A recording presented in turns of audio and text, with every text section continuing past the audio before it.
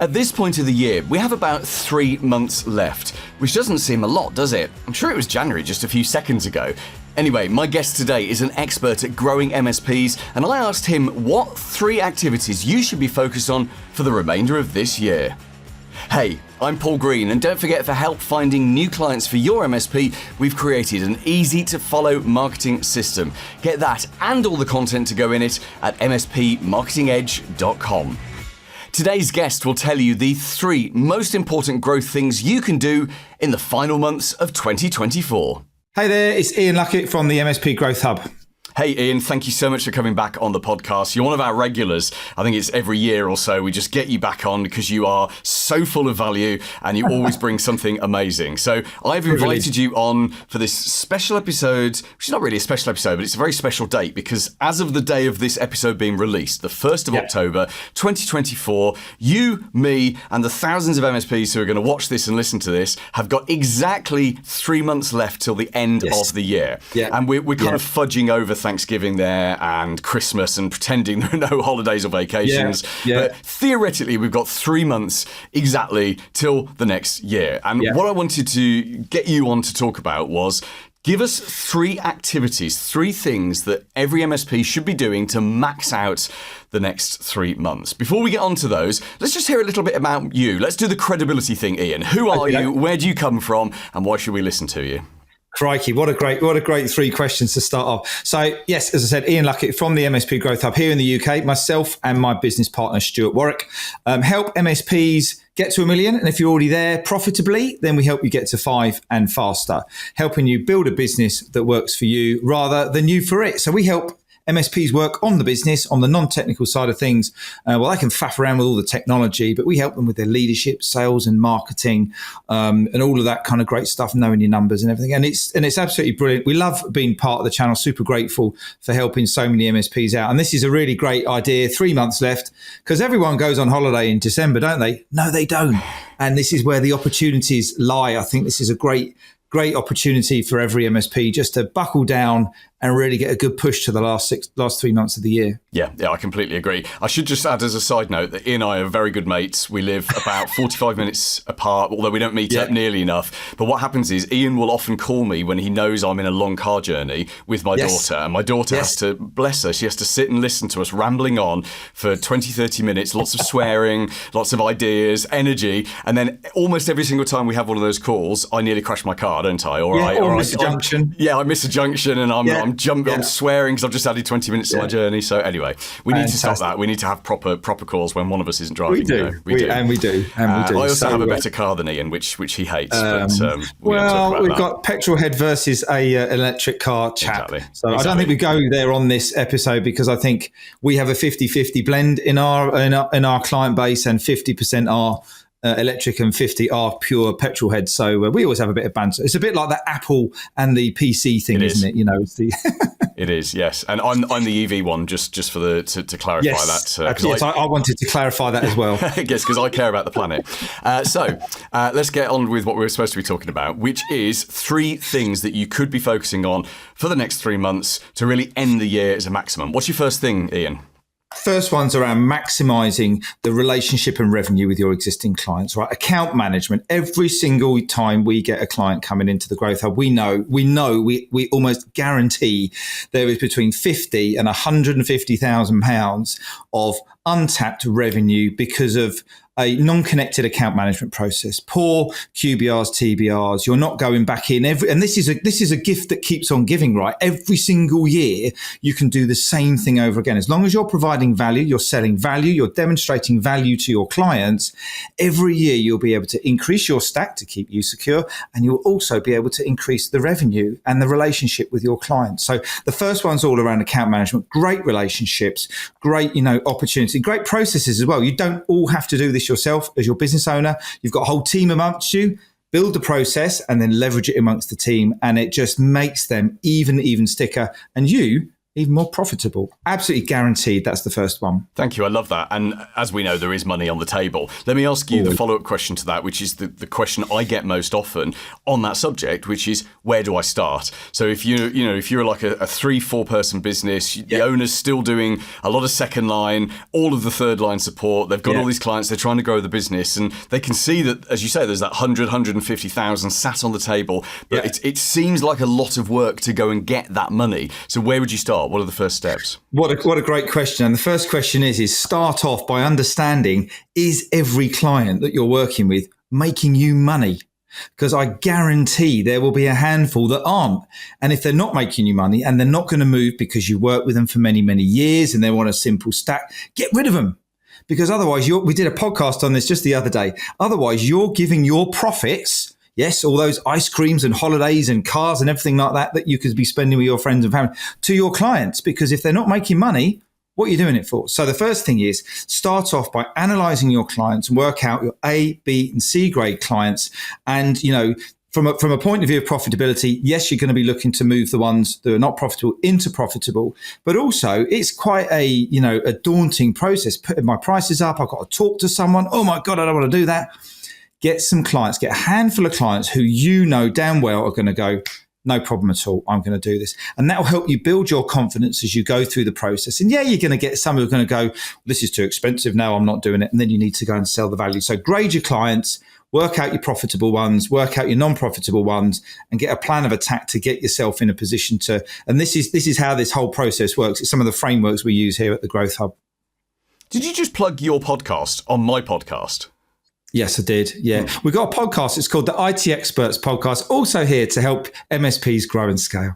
I don't know if I like that. Let's move on to the second one. So what's the second thing we should be focusing on in the next 3 months? You did that on my podcast last year. I did, yeah. You did, absolutely. Right, second one, you're going to love this. It's start filling your funnel now, right? Paul talks about it all the time. We talk about it all the time. Sales and marketing is the one way to accelerate your business growth in your MSP. But yes, where do you start? It's clunky. It's hard. It takes a long time. It costs a lot of money. No, it doesn't.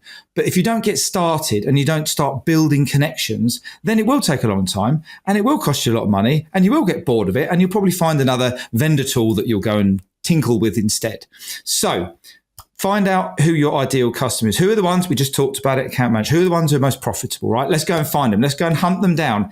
Are they in LinkedIn groups, Facebook groups, your Chamber of Commerce's, different associations you might be in? Also, go and find those people and build a network of those people and become the technical expert with those people. So they know you are the go-to tech, IT, MSP, whatever you want to call it, in that space. So you're seeing credibility. Deliver some value, go and do some lunch and learns, go and do some keynotes, go and explain to them. But the most important thing, please, and this is a plug back for you, Paul, just take Paul's IT Services Buyer's Guide. It's brilliant as your middle of funnel and educate in what poor IT looks like and what good IT looks like. And literally our clients are just using it all the time and they are pulling clients off the shelves because they're going, I don't get that. I don't get that. I don't get that. Is that what you do? Yes. I want what you do. So have that middle of funnel. The middle of funnel is the bit that everybody misses out. People aren't interested in white papers anymore, but they want to come to a lunch and learn. They want to understand where their vulnerabilities are. So do that. Build it's what Paul says, build the audiences, educate, build connection with them. Just do that. But start the funnel now as you're coming through because it takes a long time to come through. And then by the time you started doing that investigation and who are you trying to connect with and get out on LinkedIn and all of this kind of great stuff, beginning of next year, you'll have some traction and you'll have a bit of motivation around that. Yeah, I love that. And thank you for plugging my IT Services Buyer's Guide. No problem. So we actually only give that to members of the MSP Marketing Edge. And of course, a lot of our members, of course, work with you and vice versa. Any MSP can do a Buyer's Guide. The concept is really simple. You write a guide of how to buy what you sell because managed services is difficult. Ordinary business owners and managers, they don't really understand it. If you want to sort of gem up on this and understand exactly what are you going to write, go and look at They Ask You Answer, which is a book book by Marcus Sheridan. He talks about buyer's guides in there. It's an incredible tool. And in fact, it was off the back of reading that book a few years ago that I wrote that for our members, and we update it every year. So right now, we're just about to deliver the 2025 version. I also interviewed Marcus on this show, I think it was like 2 Christmases ago. But if you go onto our podcast page on the website, you'll see it's our most listened to episode. So it's right up there at the top for you to go in. And it's an interview with about an hour with Marcus, who knows MSPs inside out because he's worked with hundreds of them. So we take all of his concepts and we make those sort of, what's the word I'm looking for? Valid. What's the word I'm looking for, Ian? I've suddenly lost my ability to talk. Validate the concepts around what you're talking about. I'll help you with the hard ones. Thank you very much. Just like in real life, right? Yes. Okay. What's your third and final thing you think we should do before the end of this year? Okay, number 3, really simple. If I didn't mention it before, we do have our IT Experts podcast, and we've just recorded this show yesterday. So there's a plug. And it's called Stepping Up and Out of Your Own Way. So what we mean by this is that many MSP business owners, you might have a handful of people and you're the bottleneck. Everybody's getting in your way. You don't trust anybody. Everything needs to be happening because of your say-so.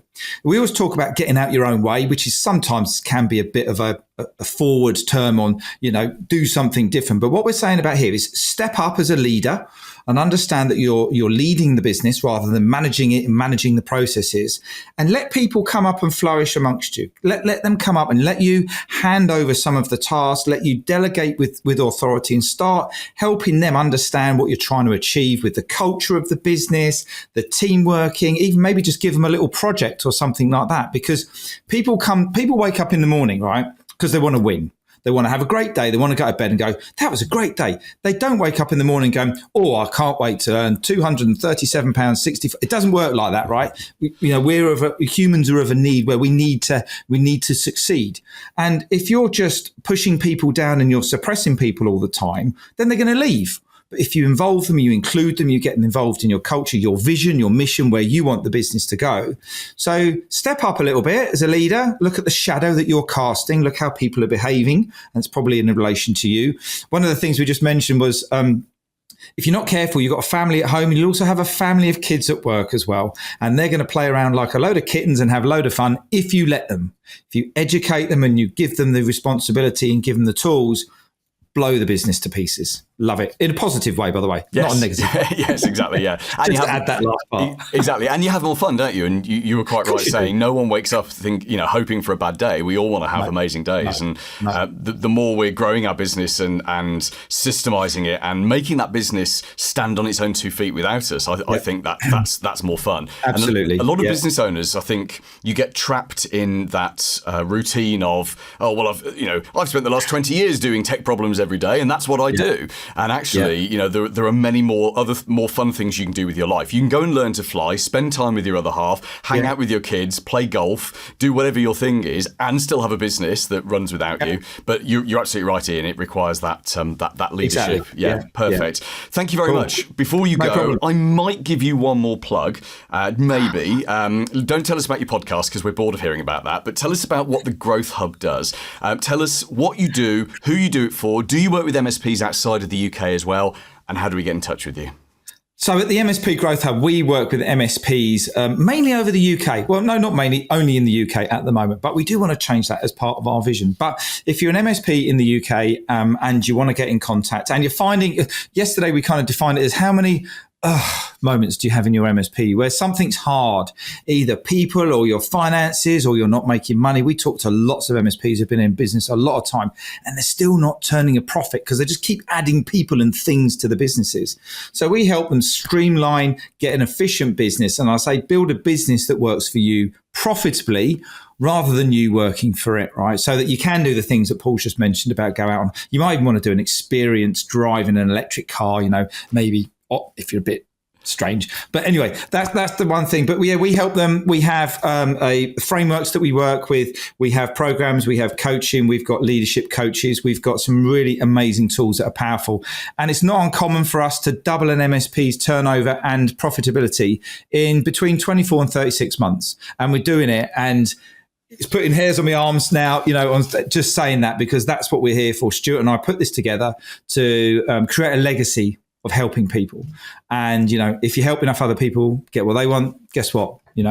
you get what you want. And we absolutely love doing it. And it isn't like work, a bit like yourself, Paul.